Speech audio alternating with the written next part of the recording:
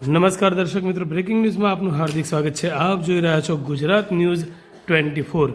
સમાચાર મળી રહ્યા છે શ્રી અને સરસ્વતીના ધામ એવા પાટણ નગરીથી। જી હા, વિદ્યાના ધામ તરીકે ઓળખાતું પાટણ ઐતિહાસિક નગરી પણ છે અને એની સાથે સાથે ઐતિહાસિક ધરતીથી વિજ્ઞાન નગરી તરફનો પાટણનો ગૌરવમય પ્રવાસ થઈ રહ્યો છે।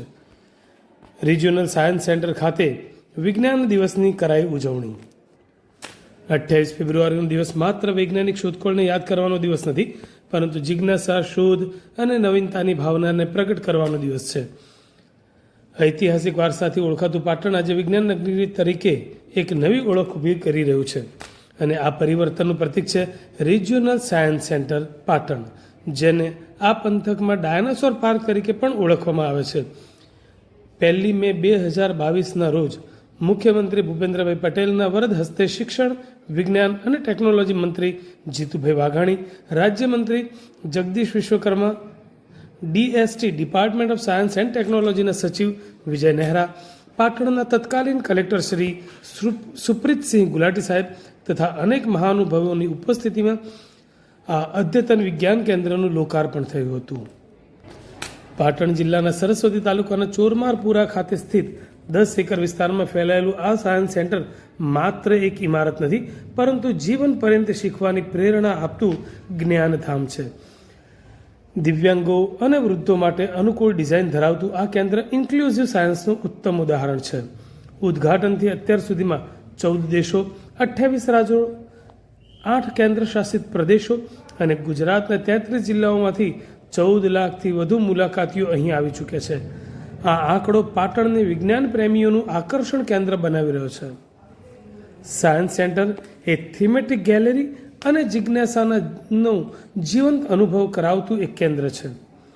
એનિમેટ્રોનિક્સ ડાયનોસોર્સ જીવંત કદના પ્રદર્શન મુલાકાતીઓનો કરોડો વર્ષ પહેલાંના યુગમાં લઈ જાય છે।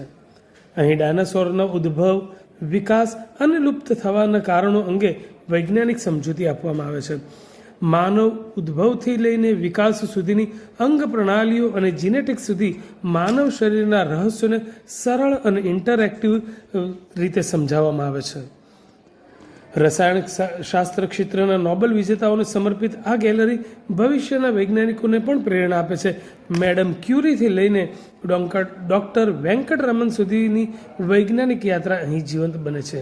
અદ્યતન ખેતી તકનીકનું જીવંત પ્રદર્શન, કાર્યરત હાઇડ્રોપોનિક્સ ફાર્મ દ્વારા ખેડૂતો અને વિદ્યાર્થીઓને નવી કૃષિ વિજ્ઞાનની સમજ આપે છે। પ્રકાશનું વિજ્ઞાન, તેની ક્રિયા, પ્રતિક્રિયા અને આધુનિક સાધનોનું પ્રદર્શન વિદ્યાર્થીઓ માટે હેન્ડ્સ ઓન એક્સપિરિયન્સ આ ગેલેરીને વિશેષ બનાવે છે। ટેકનોલોજી અને મનોરંજનનો અદ્ભુત સંગમ એટલે પાટણ ખાતે આવેલ regional science centre. 5D theatre, virtual reality, motion simulator, solar walkway, sundial auditorium અને સેન્ટ્રલ કોર્ટયાર્ડ જેવી સુવિધાઓ વિજ્ઞાનને રોમાંચક અને જીવંત બનાવે છે।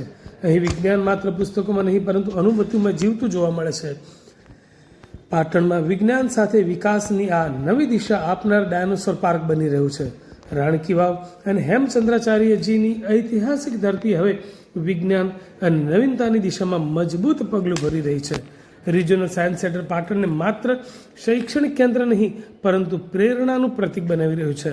28 ફેબ્રુઆરીના રોજ રાષ્ટ્રીય વિજ્ઞાન દિવસ નિમિત્તે પાટણ આજે ગર્વથી કહી શકે છે, અહીં ઇતિહાસ પણ છે અને ભવિષ્યનું વિજ્ઞાન પણ છે।